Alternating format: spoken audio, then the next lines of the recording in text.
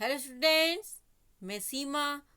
स्वागत है आप सभी का कक्षा 8 के हिंदी सब्जेक्ट में।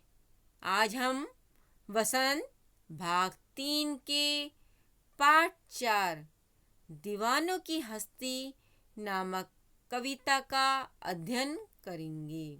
दीवानों की हस्ती। हम दीवानों की क्या हस्ती है, आज यहाँ कल वहाँ चले, मस्ती का आलम साथ चला, हम धूल उड़ाते जहाँ चले। आए बनकर उल्लास अभी, आंसू बनकर बह चले अभी। सब कहते ही रह गए, अरे तुम कैसे आए, कहाँ चले, किस ओर चले, यह मत पूछो। चलना है बस इसलिए चले, जग से उसका कुछ लिए चले, जग को अपना कुछ दिए चले। दो बात कही दो बात सुनी, कुछ हंसे और फिर कुछ रोए। छक्कर सुख दुख के घूंटों को हम एक भाव से पिए चले। हम भिकमंगों की दुनिया में स्वच्छंद लुटाकर प्यार चले। हम एक निशानी सी उर पर ले असफलता का भार चले। अब अपना और पराया क्या, आबाद रहें रुकने वाले। हम स्वयं बंधे थे और स्वयं हम अपने बंधन तोड़ चले। प्रस्तुत कविता भगवती चरण वर्मा द्वारा रचित है। भगवती चरण वर्मा का जन्म 30 अगस्त 1903 में उन्नाव जनपद के शफीपुर नामक गांव में हुआ था। वर्मा जी आरंभ में कविता लेखन करते थे, परंतु बाद में वे उपन्यासकार के रूप में प्रसिद्ध हुए। इनकी मृत्यु 5 अक्टूबर 1981 में हुई। प्रस्तुत कविता आधुनिक कविता का नमूना है, जिसमें कवि ने दीवानों के मस्ती भरे जीवन का वर्णन किया है। एक ओर वह अपने अस्तित्व को निहारता है, तो दूसरी ओर अपने अस्तित्व को महत्व देता है। वह अभावों में खुश रहता है, जो उसकी मस्ती का उदाहरण है। दीनहीन लोगों में वह खुशियां बांटता है और उनको खुशहाल जीवन बिताने का संदेश देना चाहता है।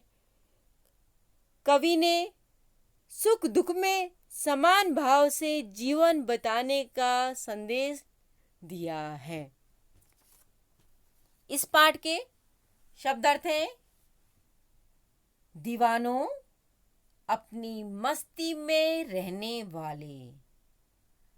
हस्ती, अस्तित्व।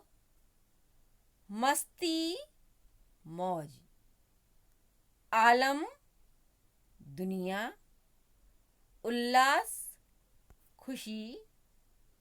छक कर, तृप्त होकर। भाव, एहसास। भिकमंगों, भिखारियों। स्वच्छंद, अपनी इच्छा के अनुसार चलने वाला। निशानी, चिन्ह। असफलता, जो सफल ना हो। भार, बोझ। आबाद, बसना। स्वयं, खुद। इस पाठ के प्रश्न उत्तर हैं। पहला प्रश्न: कवि ने अपने आने को उल्लास और जाने को आंसू बनकर बह जाना क्यों कहा है?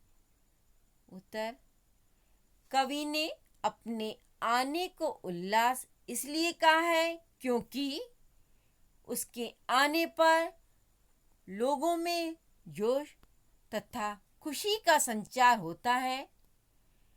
कवि लोगों में खुशियां बांटता है इसी कारण लोगों के मन प्रसन्न हो जाते हैं। पर जब वह उस स्थान को छोड़कर आगे जाता है तब उसे तथा वहाँ के लोगों को दुख होता है। विदाई के क्षणों में उनकी आंखों से आंसू बह निकलते हैं।